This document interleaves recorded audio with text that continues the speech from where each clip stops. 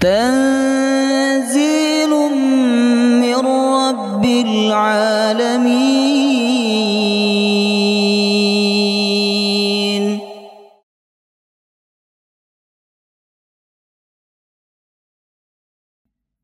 لقد جاءكم رسول من أنفسكم عزيز عليه ما عنتم حريص عليكم بالمؤمنين رؤوف رحيم.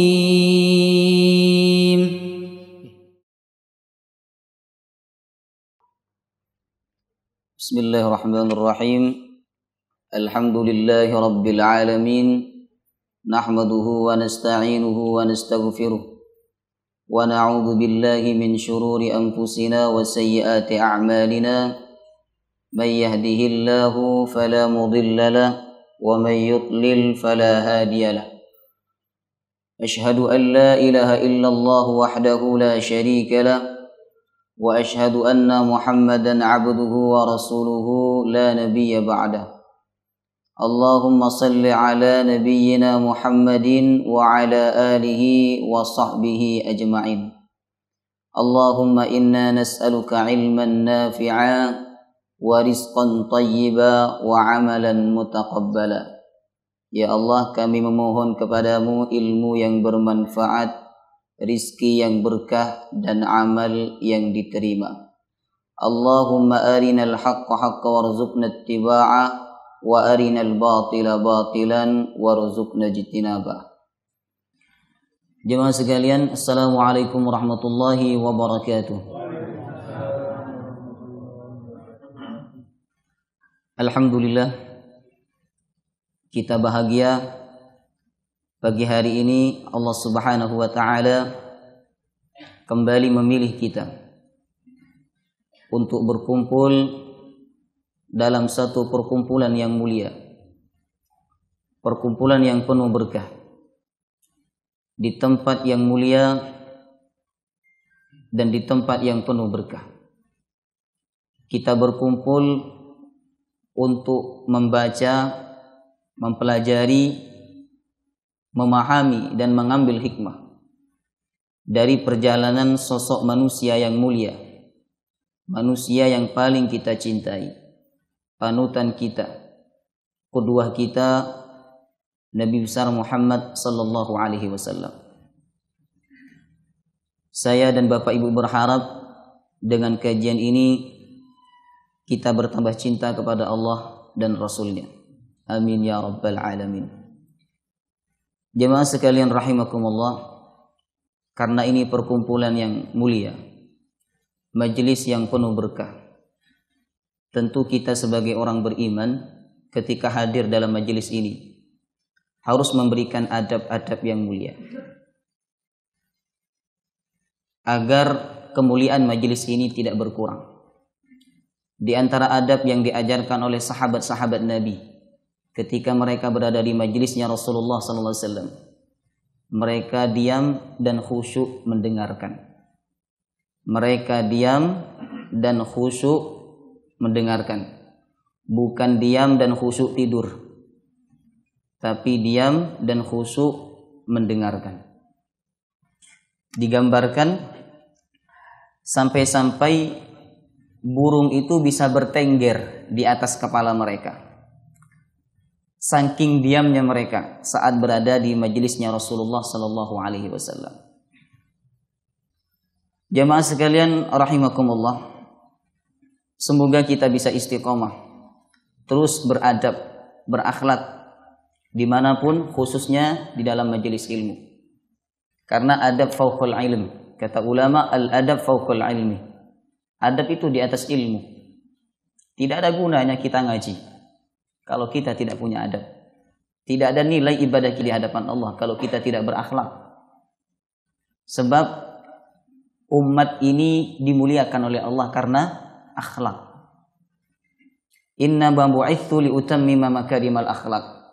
Saya diutus untuk menyempurnakan akhlak.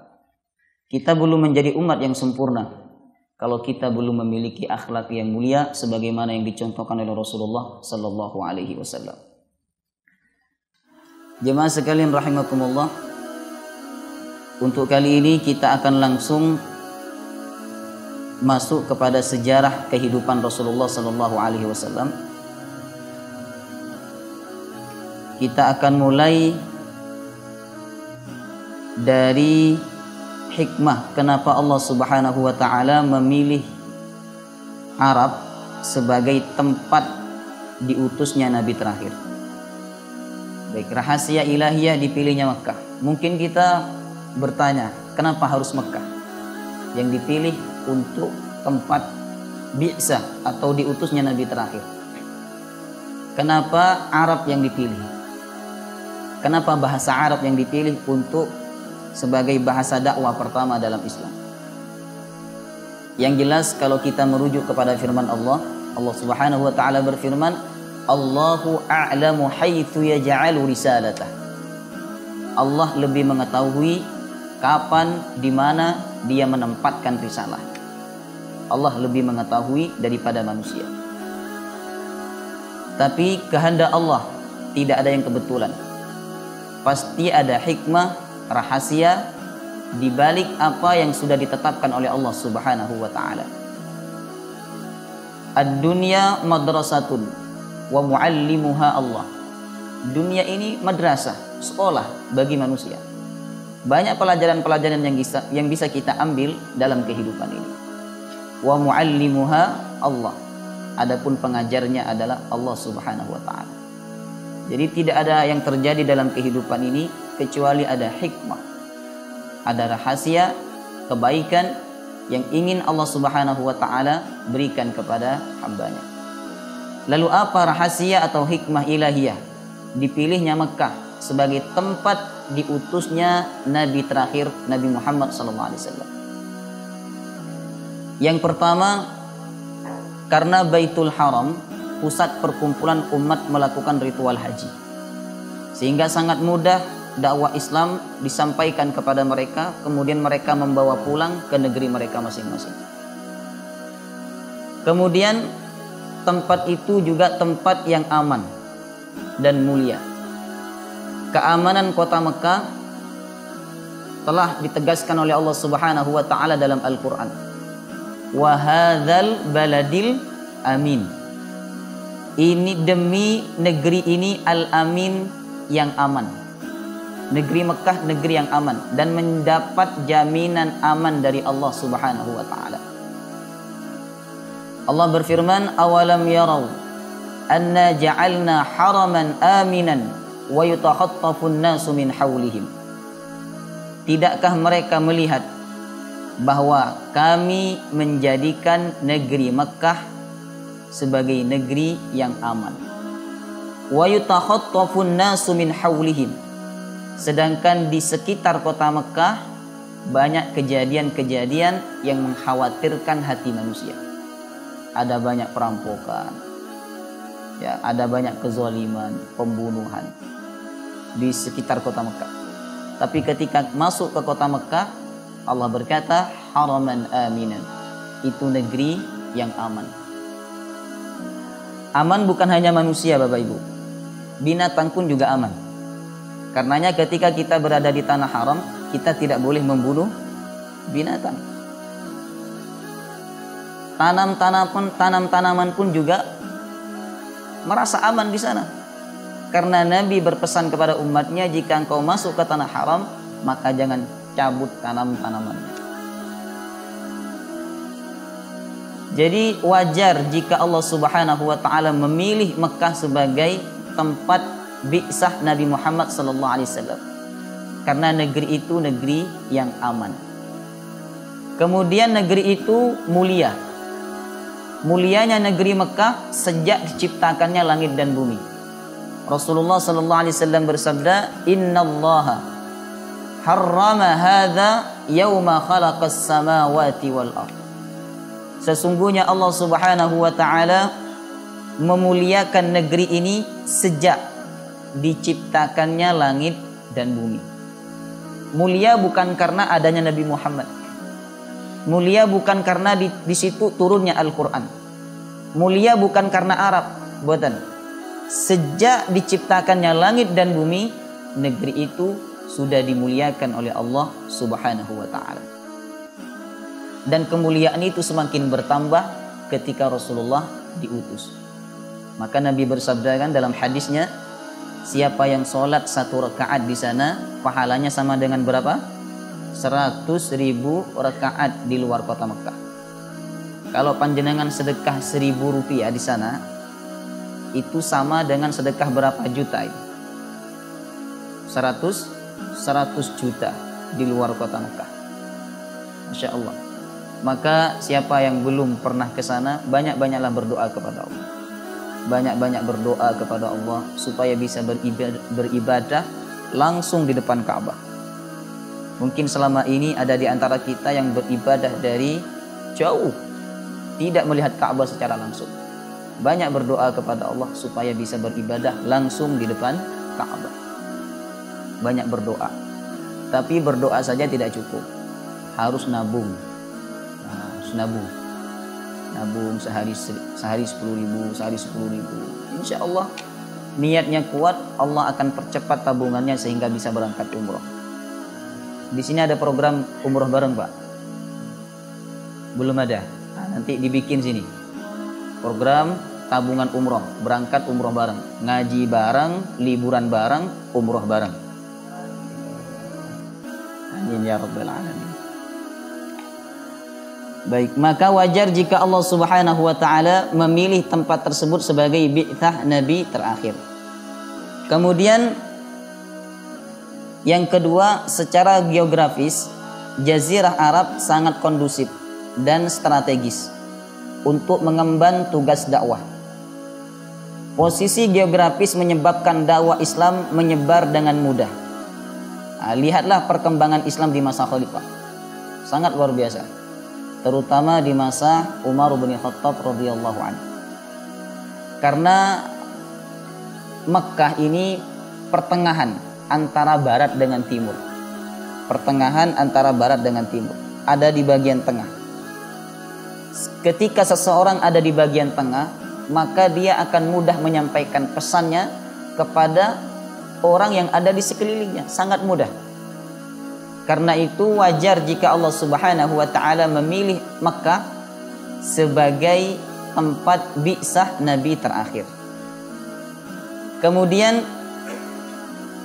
yang ketiga, bahasa Arab sebagai bahasa dakwah. Karena memiliki karakteristik dan keistimewaan yang tidak dimiliki oleh bahasa yang lain.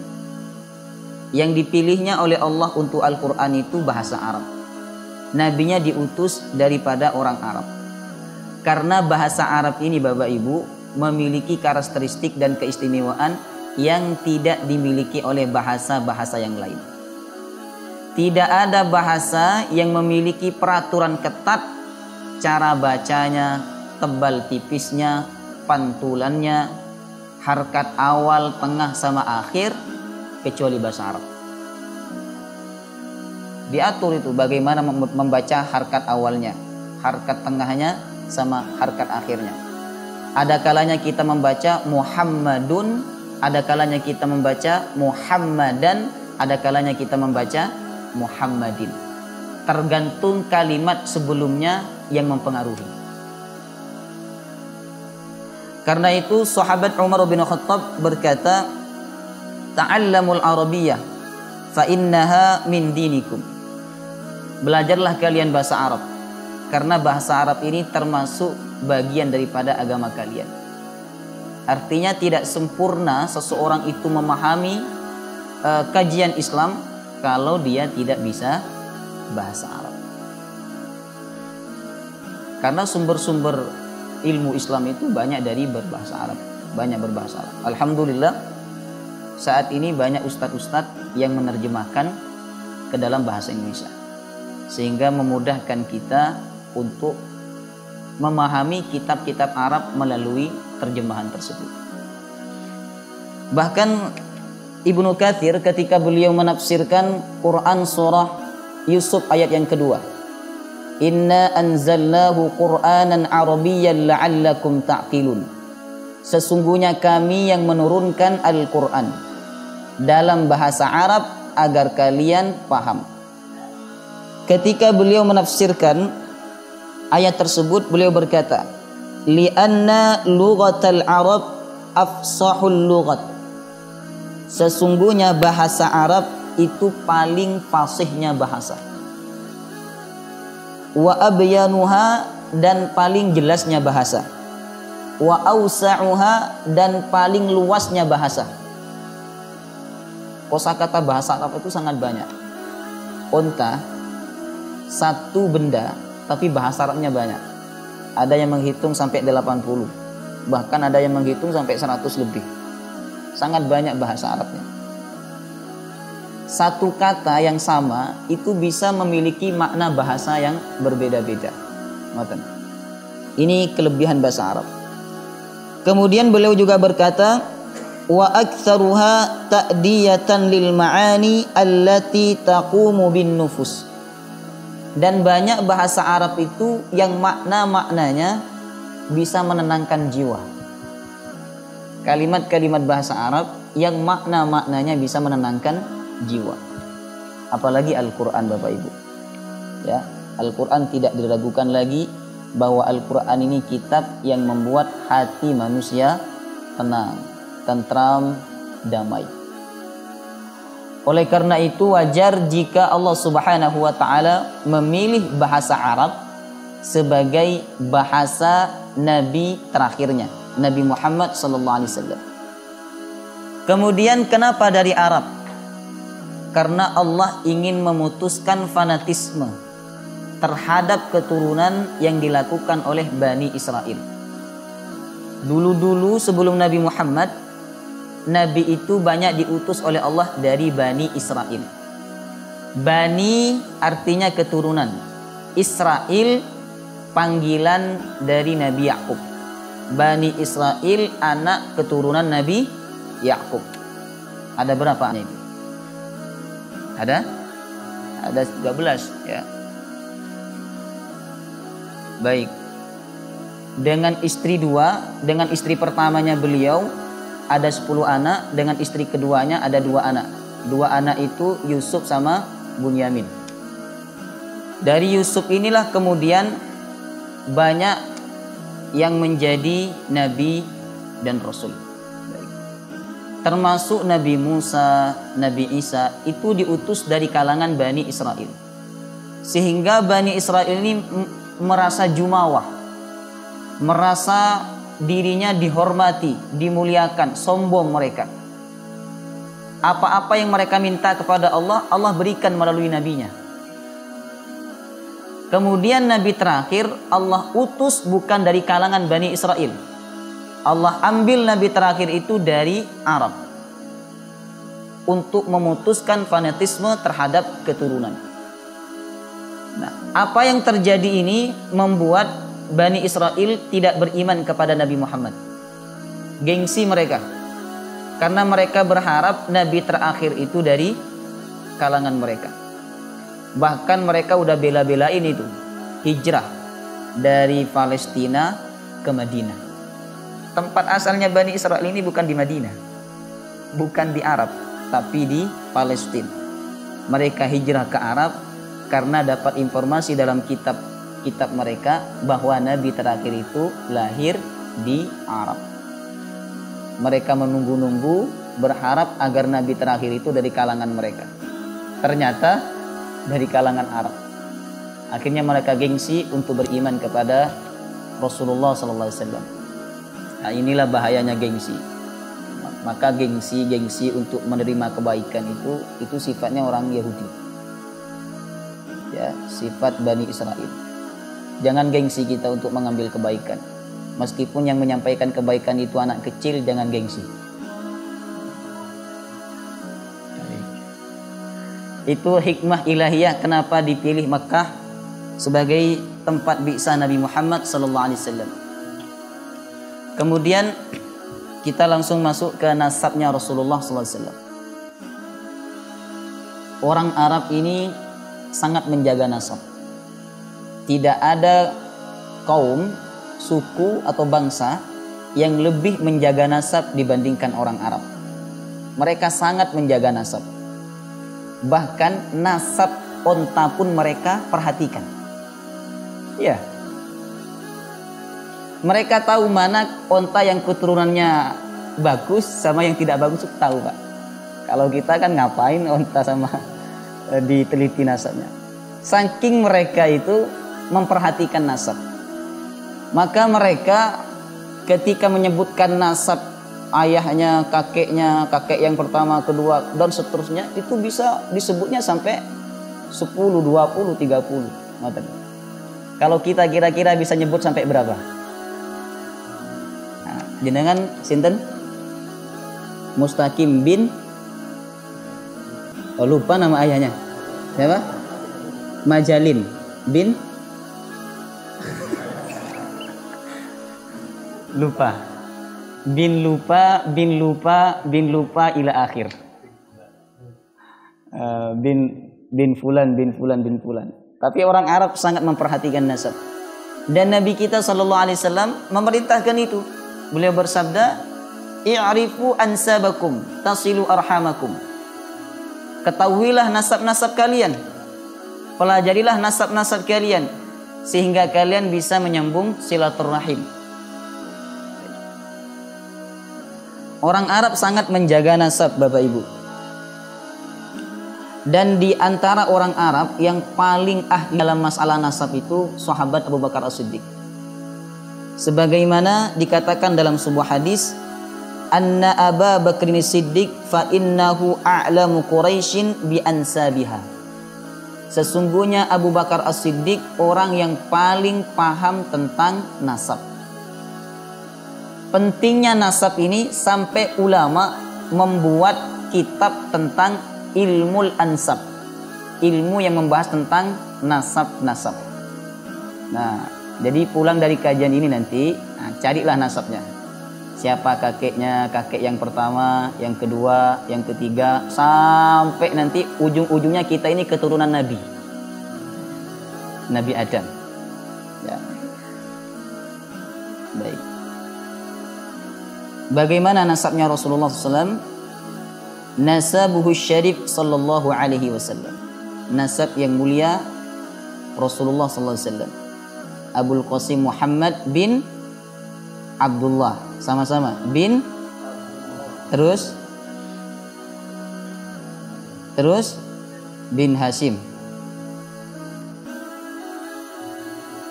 Bin Qusay bin Kilab bin Murrah bin Ka'ab bin Lu'ay bin Walid bin Fihr. Ini kalau Ustaz Adi Hidayat hafal ini. Ya, Masya Allah beliau itu. Kalau saya ngapalkan 10 kali tak hafal-hafal nih. Muhammad bin Abdullah bin Abdul Muttalib bin Hashim bin Abdi Manab bin Qusay bin Kilab bin Murrah bin Ka'ab bin Lu'ay bin Walid bin Fihr bin Malik bin Nadar bin Kinanah bin Huzaimah bin Mudrikah bin Ilyas bin Mudar bin Nizar bin Ma'ad bin Adnan. Inilah silsilah yang disepakati kesohihannya oleh ulama-ulama ahli sejarah. Adapun silsilah Nabi sampai Ibrahim atau sampai Nabi Adam itu banyak terjadi perbedaan. Yang tidak ada perbedaan jelas hanya sampai kepada Adnan. Muhammad bin Abdullah bin Abdul Muttalib bin Hashim bin Abdi Manab bin Qusay bin Kilab bin Murrah bin Ka'ab bin Lu'ay bin Walid bin Fihr dan seterusnya. Udah berapa ini Bapak Ibu? Hah? Ada berapa ini? Banyak. Nah, coba kita tulis nasab kita sebanyak ini. Tidak bisa. Baik. Nasab yang mulia. Sebagaimana sabda Rasulullah, "Innallaha astafa min waladi Ibrahim Ismail." Sesungguhnya Allah Subhanahu wa taala memilih Ismail dari keturunan Ibrahim. Ibrahim nabi yang mulia, Abul Anbiya, bapaknya para nabi. Karena keturunan beliau banyak yang menjadi nabi. Wastafa min walidi Ismail Bani Kinanah. Dan Allah memilih Bani Kinanah dari anak keturunannya Ismail. Wastafa min Bani Kinanah Quraisyan.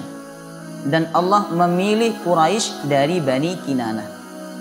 Wastafa min Quraisyin Bani Hashim, dan Allah memilih Bani Hashim dari suku Quraisy. Wastafani min Bani Hashim, dan Allah memilih saya dari keturunan Bani Hashim. Ini dalil bahwa nasab Nabi itu nasab yang terhormat, nasab yang mulia. Tidak ada celah yang dimiliki oleh kakek-kakeknya Rasulullah Sallallahu Alaihi Wasallam. Karena itu mereka menjadi pemimpin di kota Makkah. Sekarang kita ambil hikmahnya. Hikmah ilahi terlahirnya Nabi dari nasab yang terhormat. Kenapa Nabi tidak lahir dari orang biasa? Ya, petani atau penjual daging, ya, atau pengembala kambing dan seterusnya. Nabi Allah takdirkan lahir dari nasab yang terhormat. Yang pertama, karena masyarakat Arab hanya mau mendengarkan pendapat dari orang-orang yang memiliki silsilah terhormat. Itu tradisi jahiliyah. Hanya mau mendengarkan kalau yang bicara itu keturunan orang terhormat. Dan tradisi itu masih ada sampai sekarang. Di sebagian tempat tidak mau mendengarkan ceramah, tausiah, kecuali yang mengisi itu keturunan kiai, keturunannya Habib, keturunannya Pangeran Diponegoro dan sebagainya. Ya. Maka di sebagian tempat saya tidak diterima karena saya bukan keturunan kiai. Ada sebagian orang tidak mau menerima kecuali dari keturunan yang terhormat, dari kiai. Apapun yang dibicarakannya oleh keturunan itu, ya, diterimanya, ya. Bahkan ada yang mengkultuskan. Ini tentu perkara-perkara yang masih tersisa, tradisi-tradisi jahiliyah yang masih tersisa. Padahal kata Rasulullah SAW, iqbalul haq walau ja'a bihi kafiran. Ambillah kebenaran walaupun yang datang membawa kebenaran itu orang-orang kafir. Ambil kebenaran itu. Nabi pernah mengambil kebenaran dari orang Yahudi. Pernah suatu waktu Nabi didatangi oleh orang Yahudi. Kata orang Yahudi, kalian itu telah berbuat syirik karena kalian menyebut demi Ka'bah. Kemudian Rasulullah SAW menerima pendapat Yahudi ini, dan Rasulullah mengatakan kepada para sahabatnya, janganlah kalian menyebut demi Ka'bah, tapi sebutlah demi Tuhan Ka'bah. Ini dalil bahwa Nabi itu mengambil kebaikan dari siapa saja. Asalkan itu benar sesuai tuntunan Islam, ambil dari siapa saja. Bahkan Abu Hurairah mendapatkan ayat kursi dari siapa itu? Dari setan. Abu Hurairah itu mendapatkan pelajaran ayat kursi dari siapa? Setan. Jadi setan dulu itu hafal ayat kursi, Pak. Beda dengan setan sekarang. Ya. Dari setan. Ketika beliau ditugaskan, ini hadisnya sahih. Perkara-perkara gaib seperti ini harus kita ambil dari hadis yang sahih. Kalau hadisnya lemah atau palsu, dibuang saja.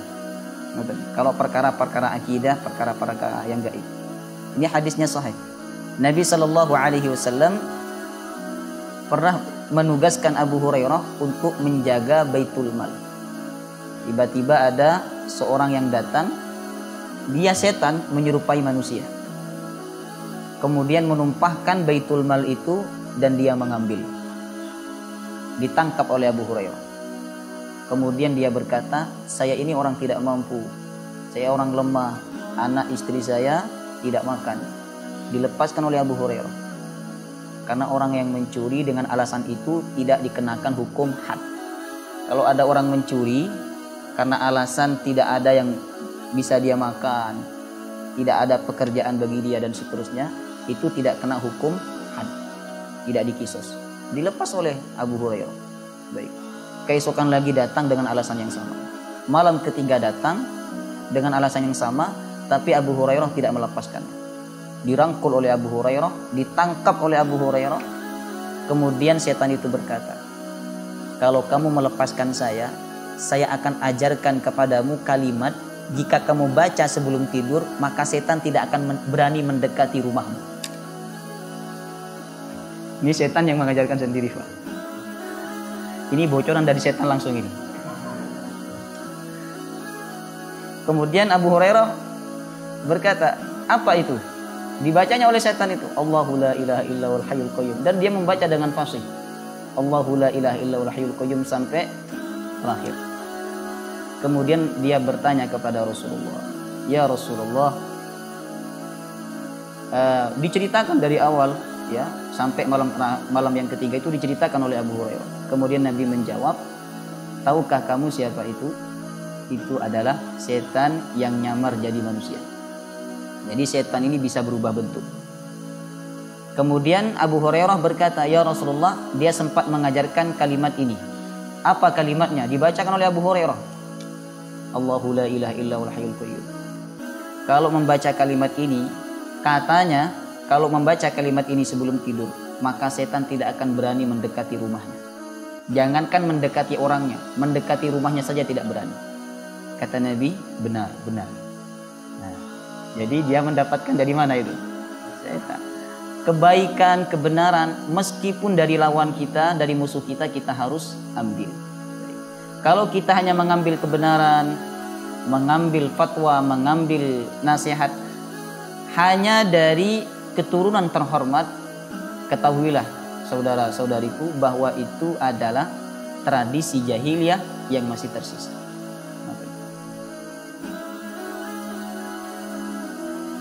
Nabi Shallallahu Alaihi Wasallam ditakdirkan oleh Allah untuk lahir dari silsilah yang terhormat karena agar musuh tidak punya senjata untuk menghalangi dakwah Nabi besar Muhammad SAW. Kemudian yang kedua, agar tidak ada yang berprasangka bahwa ajaran yang dibawanya hanya sekedar mengubah status sosial dari yang tidak terhormat menjadi terhormat begitu.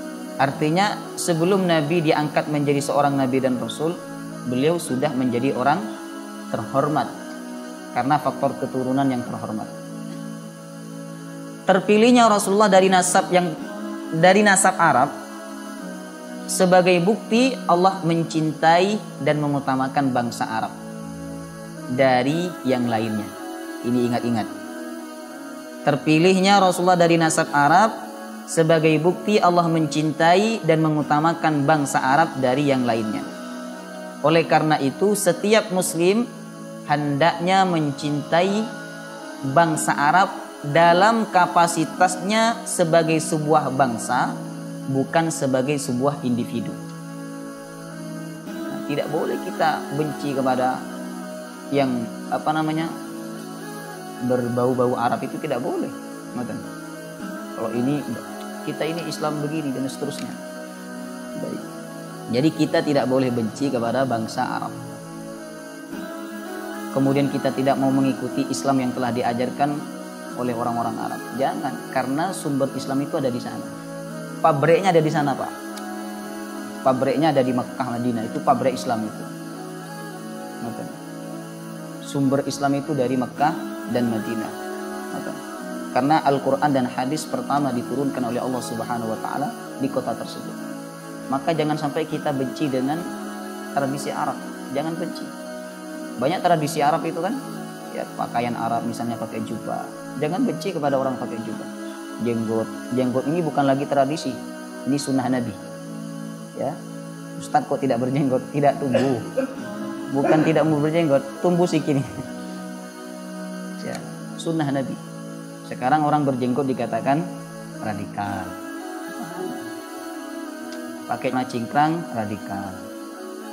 Pakai celana pendek dibiarkan. Ya. Itu kemarin ada, mohon maaf ini, ada TNI yang ditangkap karena nyambut kedatangan Habib Rizik. Ditangkap. Ada wanita yang menghina atau merendahkan Habib Rizik tidak ditangkap, justru dijaga. Baik. Sekali lagi jangan kita benci atau tidak suka kepada orang Arab. sebagai kapasitasnya sebagai bangsa, bukan sebagai sebuah individu. Ya. Maka saya tidak setuju kalau ada gerakan bahwa Islam kita itu bukan Islam Arab, tapi Islam Indonesia. Tidak setuju saya. Islam kita tetap Islam yang bersumber daripada Arab, karena Al-Quran, hadis berbahasa Arab. Ada Quran hadis berbahasa Indonesia? Tidak ada. Al-Quran, hadis semua berbahasa Arab. Artinya kita tidak bisa memisahkan diri daripada Arab. Tidak bisa, Bapak Ibu. Nanti ujung-ujungnya kalau Islam Indonesia, kain kapan pakai batik nanti. Yang keempat, lahirnya Nabi dari nasab yang mulia bukanlah pilihan, melainkan takdir. Jadi jangan pernah kita menyalahkan, kenapa sih saya lahir dari orang tua yang tidak mulia, tidak terhormat, bukan keturunan bangsawan dan seterusnya. Jangan, itu semua takdir dari Allah Subhanahu wa taala. Kita tidak bisa memilih. Ada kalanya kita memilih, ada kalanya kita tidak bisa memilih. Yang tidak bisa memilih itu diantaranya adalah kita lahir dari nasab yang terhormat ataukah dari nasab yang biasa. Itulah hikmah kenapa Nabi Sallallahu Alaihi Wasallam lahir dari nasab yang terhormat. Baik, dari nasab Nabi tadi, Bapak Ibu, sebenarnya pembahasan ini panjang. Saya ingin membahasnya tentang Abdul Muttalib, Hashim, Abdi Manaf, Qusay. Tapi untuk sampai kepada sejarah Nabi secara langsung tentang kehidupan beliau, itu butuh beberapa pertemuan lagi. Karena itu pada kesempatan ini yang saya sampaikan nasab yang paling dekat dengan Rasulullah. Siapa? Ayahnya, Abdullah. Ini nasab yang paling dekat kepada Rasulullah. Tentu nanti juga akan kita bahas bagaimana kehidupan ibunya. Karena itu untuk pembahasan Abdul Muttalib, Hashim, Abdi Manaf tidak saya sampaikan dalam kajian ini. Mohon maaf. Kita langsung saja membahas tentang ayah dan ibu Nabi Muhammad sallallahu alaihi wasallam. Karena beliau ini yang diambil sebagai pelantara oleh Allah Subhanahu wa taala lahirnya Nabi Muhammad. Maka penting bagi kita untuk membahas, mengenal bagaimana ayah dan ibu Nabi Muhammad sallallahu alaihi wasallam. Kita mulai dari ayahnya. Bernama Abdullah, putra Abdul Muttalib. Ibunya adalah Fatimah binti Amir bin Aziz Al-Makhzumiyah. Ia melahirkan buat suaminya Abdul Muttalib 8 orang anak. Istrinya Abdul Muttalib ini banyak. Karena dia tokoh, istrinya banyak. Jadi tokoh di Mekah itu kalau punya istri satu dipertanyakan ketokohannya. Kalau di Indonesia punya istri lebih dari satu, seorang tokoh turun ketokohannya. Berbeda. Ya. Ini dengan salah satu istrinya, dia punya anak 8 orang anak. Ada Abu Talib, Az-Zubair, Abdullah, Ummu Hakim Al-Bayda. Ummu Hakim Al-Bayda ini kembarannya Abdullah. Ada Atikah, ada Barrah, ada Umaymah, dan ada Arwah. Abdullah nyaris disembelih. Jadi pernah Abdul Muttalib ingin menyembelih Abdullah. Itu berawal dari nazarnya Abdul Muttalib. Dia pernah bernazar, kalau saya punya 10 anak laki-laki, maka 1 saya akan sembelih sebagai sesajen untuk Ka'bah. Cerita ini sangat mungkin untuk kita percaya, Bapak Ibu. Karena orang-orang dulu masih punya pemahaman bahwa mereka mempersembahkan manusia sebagai sesajen. Misalnya orang-orang Mesir itu untuk membuat sungai Nil, kata mereka, sungai Nil supaya memancarkan air dengan deras, maka mereka harus membuat tumbal untuk sungai Nil berupa gadis cantik. Ngaten. Di Indonesia masih ada nggak itu? Tidak ada ya. Di Indonesia kan tumbalnya kepala kambing gitu. Jadi jinnya kelas bawah. Kalau di Arab itu pakai manusia sudah tumbalnya. Abdul Muthalib pernah bernazar, jika saya memiliki 10 anak laki-laki, 10 anak laki-laki, maka salah satu di antara mereka akan dikurbankan atau disembelih. Nah, seiring berjalannya waktu, Allah Subhanahu wa taala takdirkan Abdul Muthalib memiliki 10 anak laki-laki. Lahirnya Abdullah menggenapkan jumlah anak laki-lakinya Abdul Muthalib menjadi 10. Jadi Abdullah itu anak laki-laki bungsu, ya. Sebagai seorang tokoh yang terkenal dengan keagamaannya, yang terkenal dengan komitmennya, maka Abdul Muthalib harus menjalankan nazarnya. Bagaimana cara beliau mengundi, menentukan siapa di antara 10 anak itu? Maka beliau melakukan undian. 10 anak laki-laki diundi. Dan ini sudah menjadi tradisi di Arab. Untuk menentukan sesuatu, mereka memakai undian. Nabi juga melakukan hal ini. Ketika Nabi ingin keluar, maka Nabi mengundi istrinya. Siapa di antara mereka yang berhak untuk ikut diundi? Kadang yang keluar nama Aisyah, kadang yang keluar nama Hafsah, kadang yang keluar nanti nama Ummu Salamah dan seterusnya. Nah, pernah nggak Bapak mengundi seperti itu? Hah? Nggak pakai undian, Ustadz, langsung berangkat. Dan mengundi seperti itu boleh-boleh saja. Yang tidak boleh itu mengundi nasib. Nah, itu tidak boleh. Kalau mengundi untuk menentukan boleh, ya. Ada arisan, diundi siapa yang berhak untuk dapat di pekan depan atau di bulan depan, tidak apa-apa. Maka Abdul Muthalib mengundi 10 anaknya itu, siapa di antara mereka yang akan menjadi korban dari nazarnya Abdul Muthalib. Undian pertama yang muncul namanya Abdullah. Abdul Muthalib berat, karena Abdullah ini anak yang sangat disayang di antara anak-anak yang lain. Selain tampan, nanti kita akan bahas bagaimana ketampanannya Abdullah. Dia punya akhlak yang sangat bagus.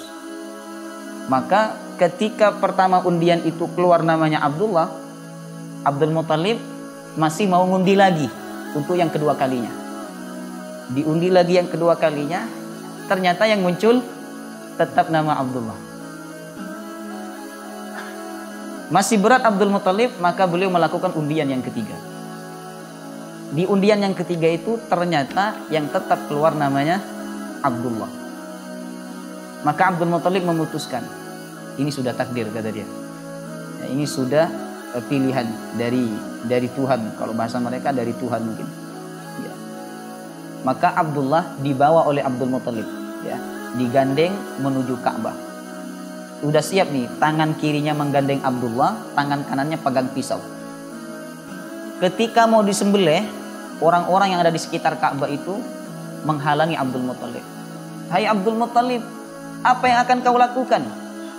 Abdul Muthalib berkata, saya bernazar jika punya 10 anak laki-laki, salah satu saya akan sembelih.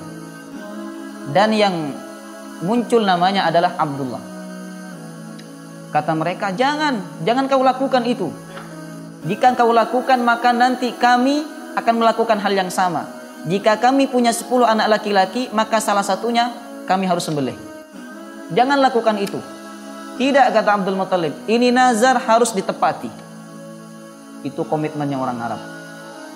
Orang Arab ini kalau sudah berjanji, malu mereka kalau tidak ditepati janjinya. Kalau sudah berucap, malu mereka kalau tidak ditepati ucapannya. Makanya di Arab itu Bapak Ibu, kalau panjenengan basa-basi, dimarahi sama mereka. Mereka tidak senang basa-basi. Ya. Panjenengan datang ke toko di Makkah itu, cuman tanya-tanya aja, itu nanti pulangnya mesti dicemooh. Mafilmo, tak punya otak katanya. Saya pernah sekali. Terus saya tanya sama teman saya yang kuliah di Madinah itu, kok bisa seperti itu? Iya, di sini nih kalau cuman tanya-tanya aja ndak beli, ya dicemooh, dicela katanya. Nah kalau di Indonesia jangankan tanya-tanya, ditawar-tawar udah hampir fik itu ditinggal. Ya. Jadi orang Arab itu tidak senang basa-basi.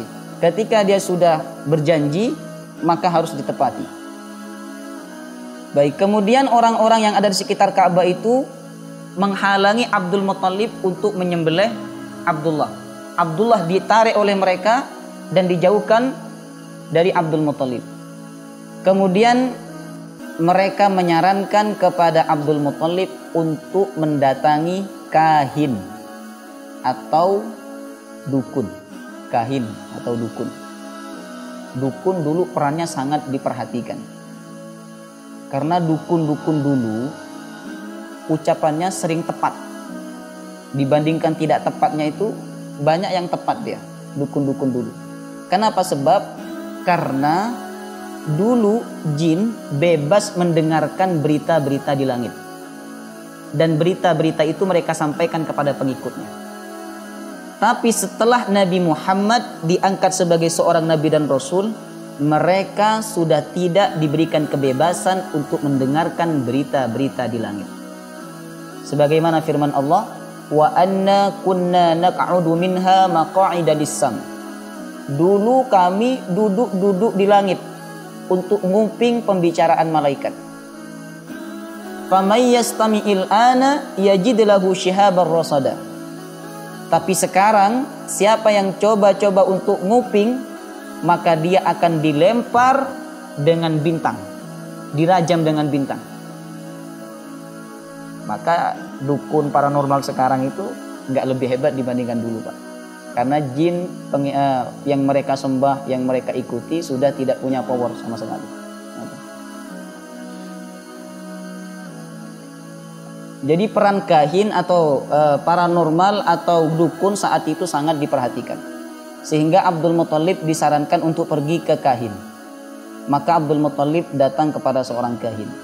Kata seorang kahin itu, coba begini saja, tebus Abdullah dengan onta. Abdullah ditebus dengan onta. Bagaimana caranya? Kamu undi Abdullah dengan onta.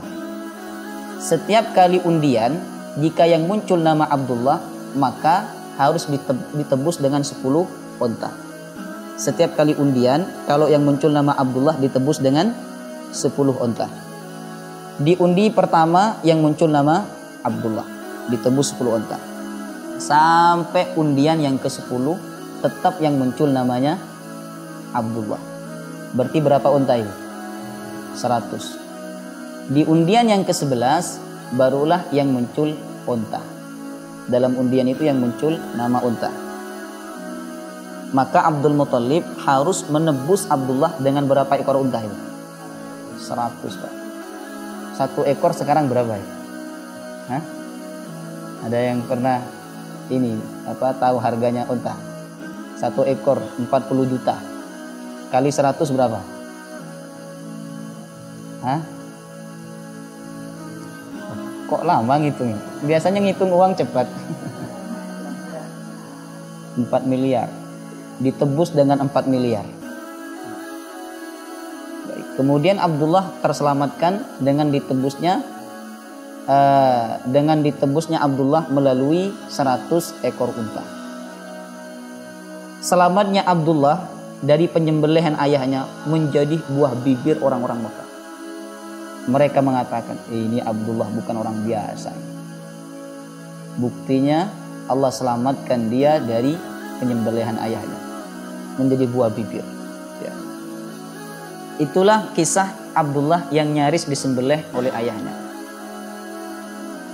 Kemudian Abdullah dan Ismail, mirip-mirip dengan kisahnya Nabi Ismail, yang nyaris disembelih oleh ayahnya juga. Walaupun alasannya berbeda. Nabi Ibrahim menyembelih anaknya dengan alasan perintah Allah. Sedangkan Nabi Abdul Muttalib menyembelih Abdullah dengan alasan nazar. Tapi sikap kedua anak ini sama. Ya. Abdullah dan Ismail sama sekali tidak menghindar dari penyembelihan tersebut. Tidak kemudian Abdullah lari ke Madinah, tidak. Tidak kemudian Abdullah itu lari ke negeri yang lain agar tidak disembelih oleh ayahnya. Dia pasrah. digandeng oleh ayahnya, sedikit pun dia tidak marah dan tidak berontak. Jadi kedua sikap Abdullah dan Ismail ini serupa, walaupun mereka memiliki alasan yang berbeda.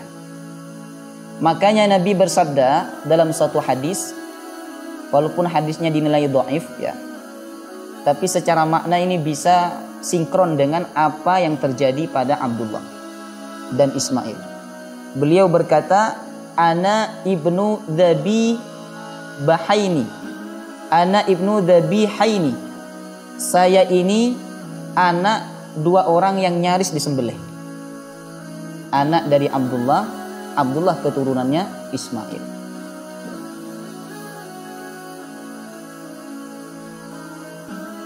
Lanjut Bapak Ibu. Lanjut, masih ada waktu juga.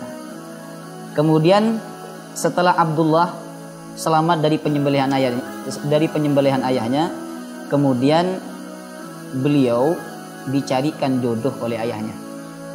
Karena saat penyembelihan itu, proses hampir disembelihnya Abdullah, itu umur beliau sudah dewasa, 20 tahunan. Umur beliau sudah 20 tahunan. Maka Abdullah dicarikan wanita terhormat juga oleh ayahnya Abdul Muttalib. Aminah binti Wahab tidak kalah terhormat dari Abdullah. Keturunan dari nasab yang mulia juga, Aminah binti Wahab. Beberapa waktu setelah penebusan Abdullah dengan 100 ekor unta, Abdul Muttalib mengantarkan Abdullah ke rumah orang tua Aminah untuk meminang Aminah. Ini dikatakan dalam kitab Ummun Nabi yang ditulis oleh Doktoroh. Kalau laki-laki doktor, kalau perempuan Doktoroh. Doktoroh Aisyah Abdurrahman bintu Syafiq. Beliau ustadz profesor di Maghrib, di Maroko ya.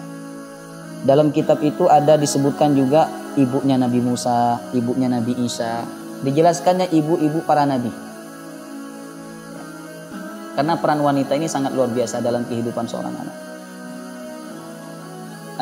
Dalam kitab tersebut dikatakan bahwa ketika Abdul Muttalib datang ke rumah Aminah, Abdul Muttalib berkata kepada orang tua Aminah bahwa dirinya ingin meminang Aminah untuk anaknya Abdullah. Kemudian ayahnya Aminah yang bernama siapa? Wahab. Ayah Aminah yang bernama Wahab melapor kepada anaknya. Kemudian dia berkata, Inna syaikha bani Hashim qad ja'aki yatlubuki zaujatan libnihi Abdillah. Sesungguhnya sesepuh Bani Hashim datang kepadamu untuk meminta kamu sebagai istri bagi anaknya Abdullah. Mendengar berita itu senang yang luar biasa, Kak. Aminah sangat senang. Sangat senang. Kenapa senang? Pertama, Abdullah itu menjadi buah bibir wanita-wanita cantik di kota Mekah. Menjadi buah bibir. Bukan hanya karena ketampanannya, tapi karena pribadinya. Bahkan dikatakan ketika beliau berjalan, pernah ada seorang wanita yang mencegat Abdullah. Namanya Bintu Naufal bin Asad ya. Disebutkan dalam kitab yang sama tadi di Ummun Nabi. Dicegatnya di tengah jalan. Kemudian Bintu Naufal itu berkata, laka mithlul ibil allati nuhirat ankal yaum in qabilta ana an uhiba laka nafsis sa'ah. Saya akan berikan kepadamu onta seperti onta yang menjadi tebusan kamu. Ada berapa onta tadi? 100. Jika kamu mau menjadikan saya sebagai istri. Biasanya nggak usah kerja, nggak usah cari nafkah, kamu duduk manis di rumah ya, saya ngasih harta, saya yang ngasih uang, saya yang biaya hidup kamu, asalkan kamu mau jadi suami saya. Nah, pernah nggak ada orang seperti itu gitu nih? Berat ya, berat. 1001 kalau ada wanita seperti itu. Susah ya. Ini saking tampannya Abdullah dan akhlaknya sangat bagus. Ya, akhlaknya sangat bagus. Kemudian apa jawaban Abdullah? Abdullah ini orang yang lembut, akhlaknya baik. Dia tidak menolak dengan cara yang kasar. Abdullah berkata, "Ma'abi, terserah ayahku. Kalau ayahku mau menikahkan dengan kamu, saya tidak bisa menolak. Tapi kalau ayahku tidak berkehendak, saya tidak mungkin menikah dengan kamu." Ini baktinya Abdullah kepada orang tua. Bahkan dikatakan saking inginnya mereka itu untuk menikah dengan Abdullah, ya. Ketika mendengar bahwa Abdullah menikah dengan Aminah, hancur hatinya wanita orang di Mekah itu. Ya. Dikatakan dalam kitab ini, hatamat qulubu sidat Makkah. Hati wanita-wanita Mekah hatamat. Hatamat itu hancur, terpukul. Ya. Karena laki-laki yang mereka idam-idamkan ternyata milik orang lain. Itulah kisah tentang pernikahan Abdullah dengan Aminah. Beberapa hari setelah menikah, Abdullah punya kewajiban untuk berdagang ke negeri yang jauh, negeri Syam. Masih pengantin baru, Pak. Ya, 10-15 hari lah. Setelah menikah, beliau punya kewajiban untuk meninggalkan istrinya menuju Syam. Masih pengantin baru. Tidak lebih dari 15 hari setelah pernikahannya dengan Aminah, Abdullah bersama kafilah dagang suku Quraisy berangkat menuju Syam. Jangan kita kemudian berkata, tega bener Abdullah itu. Baru aja menikah udah ditinggal istrinya. Ya, eman. Perlu digarisbawahi Bapak Ibu, bahwa menjaga komitmen kebersamaan dalam suku itu sangat penting bagi mereka. Dibandingkan bersenang-senang berduaan dengan istri, sangat penting bagi mereka. Itu komitmen orang Arab. Apalagi hasil dari perdagangan itu akan dibagi rata. Kalau si fulan dapat hasil sekian, si fulan dapat hasil yang berbeda dengan yang pertama, nanti hasilnya dibagi rata itu. Itulah yang kemudian dipuji oleh Allah dalam Quran. Li'ila fi Quraisyin ila fihim rihlatash syita'i was-shaib. Kebiasaan orang Quraisy itu melakukan rihlah perdagangan pada musim dingin dan pada musim panas. Berarti 1 tahun 2 kali. Musim dingin mereka ke Yaman, musim panas mereka ke Syam. Karena musim panas itu perjalanan setahun sekali, maka Abdullah harus berangkat. Dan itu harus diutamakan daripada bersenang-senang berdua dengan istrinya. Berangkatlah Abdullah. Masih pengantin baru tapi meninggalkan istri demi komitmen kebersamaan dalam sebuah suku. Aminah mengandung, ditinggal Abdullah, 1 bulan ditinggal Abdullah, Aminah hamil. Ya, Aminah hamil karena Abdullah sebelumnya sudah menaruh benih yang mulia dalam rahimnya Aminah. Aminah berkata, aku tidak merasakan bahwa aku hamil. Tidak juga mendapatkan sesuatu yang berat sebagaimana yang dialami wanita-wanita hamil. Hanya saja aku menyadari bahwa menstruasiku terhenti. Tanda kehamilan. Lalu antara terjaga dan tertidur, aku didatangi seorang dan ia berkata, apakah engkau telah merasakan bahwa engkau mengandung? Aku menjawab, saya tidak tahu. Dia berkata, sungguh engkau telah mengandung penghulu dan nabi umat ini. Ini peristiwa yang dialami oleh Aminah saat pertama kali hamil Nabi Muhammad SAW. Belum pulang ke Madinah, belum pulang ke Mekah, Abdullah wafat. Jadi setelah 1 bulan di negeri Syam, ya 1 bulan di negeri Syam, pulangnya dari negeri Syam itu Abdullah sakit parah, sehingga beliau memberhentikan perjalanannya di kota Madinah. Beliau harus berobat dulu di kota Madinah. Kalau sudah sembuh akan pulang ke Mekah. Rombongan datang ke Mekah. Mereka melapor kepada Abdul Muthalib, wahai Abdul Muthalib, sesungguhnya Abdullah sakit parah dan sekarang dirawat di Madinah. Maka Abdul Muthalib mengutus anak sulungnya yang bernama Al-Haris untuk menjenguk Abdullah sekaligus menemani Abdullah pulang ke Mekah. Sesampainya Haris di Madinah, ternyata Abdullah meninggal.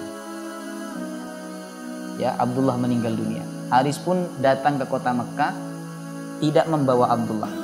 Dia justru membawa kabar duka cita bahwa Abdullah telah meninggal dunia. Bayi yang ada dalam kandungan Aminah itu masih berumur 2 bulan. 2 bulan sudah ditinggal oleh ayahnya. Allah menunjukkan bahwa tugas Abdullah sudah selesai. Dia tugasnya hanya menaruh benih di dalam rahimnya Aminah untuk merawat, mendidik, urusan saya, kata Allah. Abdullah sudah selesai tugas kamu, sudah kamu meninggal, ya, kamu menghadap kepada saya, kata Allah Subhanahu wa taala. Sudah selesai tugasnya. Dan Nabi sallallahu alaihi wasallam yatim belum pernah melihat wajah ayahnya. Ya, yatim belum pernah melihat wajah ayahnya. Karena ketika 2 bulan dalam kandungan, Abdullah meninggal dunia. Ya. Ketika Nabi 2 bulan dalam kandungan Abdullah meninggal dunia. Kesedihan meliputi Aminah dan Abdul Muthalib. Karena masih baru menikah, ya, sudah ditinggal sama suaminya. Lagi sayang-sayangnya ditinggal. Ngoten.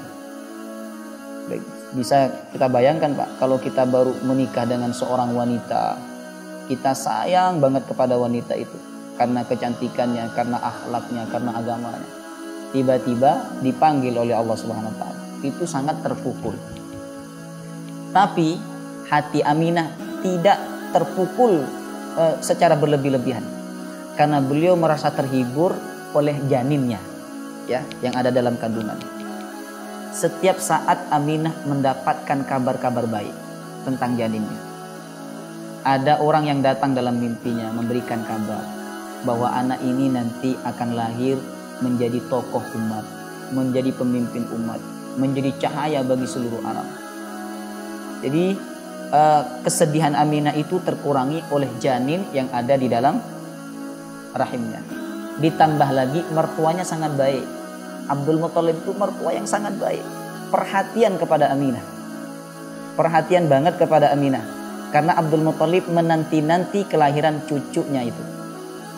Sehingga kesedihan Aminah terkurangi oleh kondisi-kondisi di sekitarnya.